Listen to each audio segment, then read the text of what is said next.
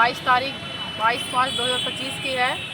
मेरे घर पे श्रवण कुमार, उसके भाई मनोज कुमार और उसके पिता सरयू साव, तीनों ने मिलकर के पूर्व नियोजित साजिश रचते हुए हमारे घर में घुसने का प्रयास किया और घुस करके हमारी बड़ी बहन कुमारी दीपिका भारती, मुझे और बीच बचाव में आई मेरी छोटी बहन से मारपीट किया। उस समय हमारे घर पे दोनों भाई घर पे नहीं थे और हमेशा हम लोग वैसा ही करते हैं कि जब हम लोग हमारे घर पे भाई नहीं रहते तो इसका फ़ायदा उठाते हैं। और इसी बीच मेरा बाल पकड़ कर खींचते हुए अपने पिता सर्विस होकर गैराज के पास की ओर ले गया। उसी समय मेरा भाई स्कूल से, छोटा भाई ऋतुकेश भारती स्कूल से आया और उन लोगों ने ये योजना पहले से बना रखी थी। उन्होंने कराटे में यूज होने वाला नन चाकू, लोहे का रॉड, छड़, डंडा, ईंटा, पत्थर पहले से रखे हुए थे और जिसमें मेरा हाथ पकड़ने वाली डॉली देवी, पति मनोज कुमार, चाचा सोहन लाल गुप्ता ने पकड़ा और मेरे सर पे कई बार अनगिनत वार पूरे संपूर्ण शरीर पर भी किया गया, जान से मारने की कोशिश के उद्देश्य। यहाँ तक कि पूरे सभी लोगों के सामने हमारे कपड़े वगैरह भी फाड़ दिए थे, जिसका फोटो वगैरह मेरा हमारे पास है। बीच बचाव में आए हमारी छोटी। आपने इसकी सूचना स्थानीय थाना से किया है क्या? हाँ, इसकी सूचना मैंने स्थानीय थाना को उस समय दी थी। और स्थानीय थाना कौन सा आपका? बुनियादियाँ थाना है। बुनियादी थाना है। हाँ। आप रहने वाली कहाँ के हैं? बैजनाथ सारेल मानपुर पटोली। आपके भाई साहब कहाँ हैं अभी? भाई तो सर उसको तबियत ज़्यादा है तो घर पे आराम कर रहे हैं। आराम कर रहे हैं अभी? हाँ। क्या उनका सर में चोट लगा है, उसका कोई फोटो या वीडियो है? हाँ, फोटो और वीडियो है मेरे पास। यहाँ तक कि मेडिकल में हमारा इलाज भी चल रहा है, हम लोग 5 दिन वहाँ भर्ती भी रहे हैं।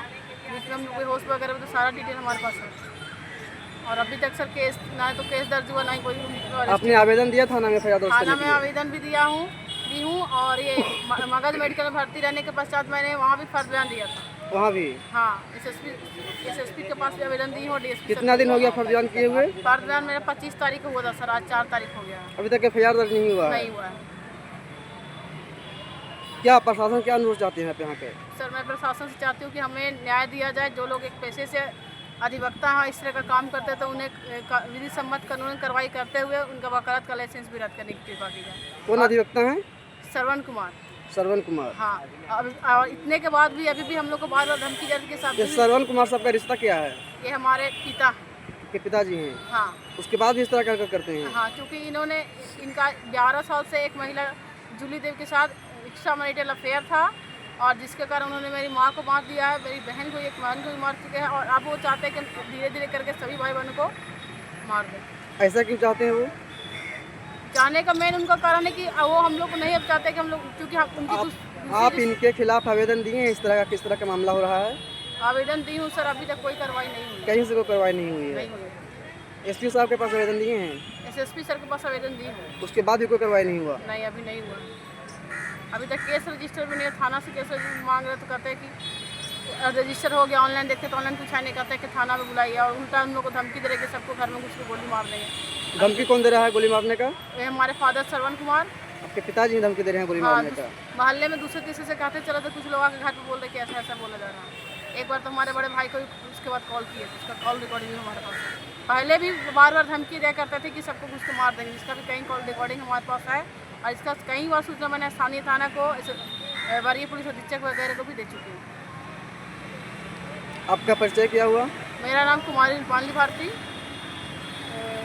डॉटर ऑफ सरगवीना देवी, पता बैजनाथ सारेल मानपुर पटोली। क्या हुआ आपके साथ?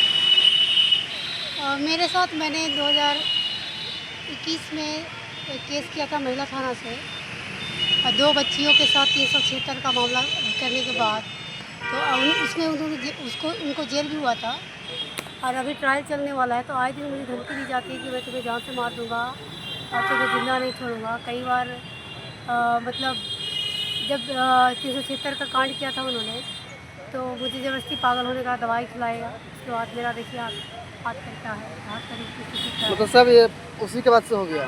उन्होंने ही दवा खिलाई तो उसके मतलब आपके पिताजी ने आपको दवा खिलाई तो आपका हाथ इस तरह का सब हो गया है? हाँ, ये मैं पहले से विकलांग हुई थी। ये क्या जो बगल में बैठी है कौन लगती है आपकी? ये मेरी छोटी बहन है। आपकी छोटी बहन है? बड़ी बहन आप हैं? ऐसे पिता, हैवानियत पिता के खिलाफ क्या करना चाहते हैं आप? ऐसे फिलहाल के सरेआम मेरे हिसाब से तो फांसी दी जानी चाहिए। फांसी देना चाहिए? बिल्कुल दी जानी चाहिए, क्योंकि अपने जो एक कानून का ज्ञाता है उसके बाद भी इस तरह का हरकत कर रहा है। एक वकील होते हुए इस तरह का हरकत करना कहाँ तक उचित है? ये सोचने वाली बात है। दयनीय बहुत काफ़ी ज़्यादा स्थिति है। और कौन से कोर्ट के वकील हैं? गया सिविल कोर्ट टेबल नंबर 1। गया सिविल कोर्ट टेबल नंबर 1। हाँ, श्रवण कुमार नाम है उनका। मुझे न उनकी शादी से आपत्ति न किसी और चीज़ से आपत्ति है। उनके जो कुकर्म बढ़ते ही आ रहे दिनों दिन, उससे आपत्ति। आज भी मुझे धमकी दी जाती थी, मैं तुम्हें मार दूंगा, मैं तुम्हें मार दूंगा, मार दूंगा। जब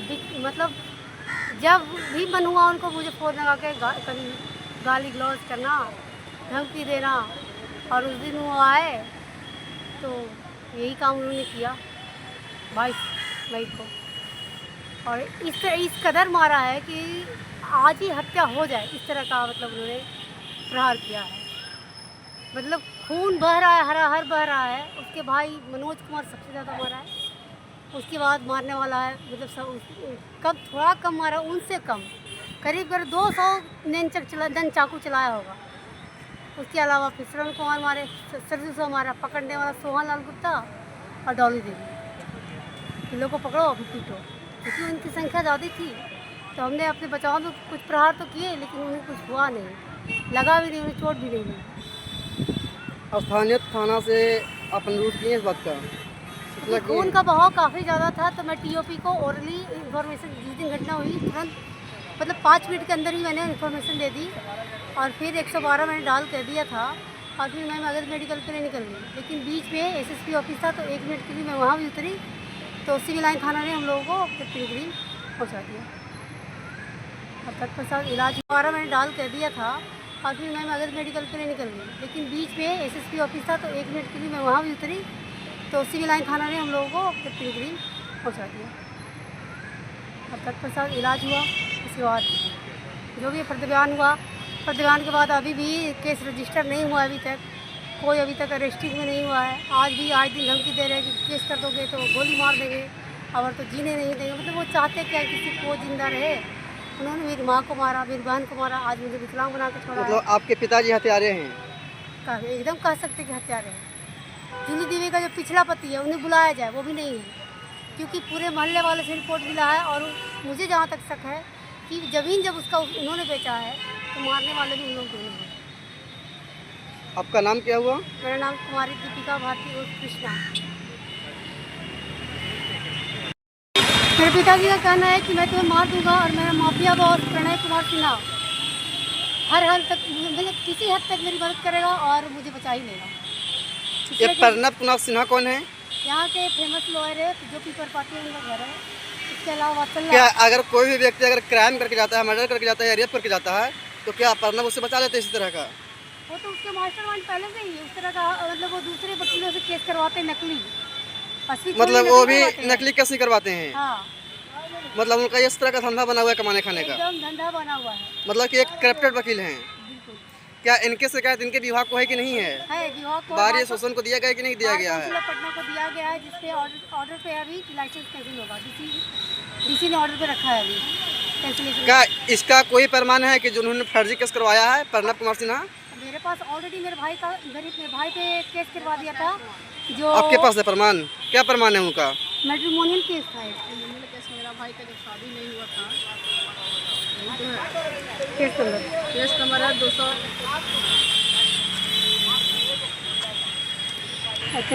केस नंबर कितना है? 132/21 मैट्रिमोनियल केस नंबर। यहाँ देखिए प्रणय कुमार सिन्हा का नाम। इस तरह का हम लोग का हरकत रहता है। हाँ। और एक और दिखाओ वो वाला टेंशन सबको फंसाया था झूठा आरोप में। हाँ। तरुण यादव को फंसाया गया था। हाँ। वो चतरा से लड़की को बुलाया गया और दूसरे केस बनाया गया प्रणब कुमार सिन्हा के द्वारा। सिग्नेचर रहा श्रवण कुमार अधिवक्ता का, पूरा मास्टरमाइंड है प्रणब कुमार सिन्हा। उसको नहीं दिखा देंगे ना।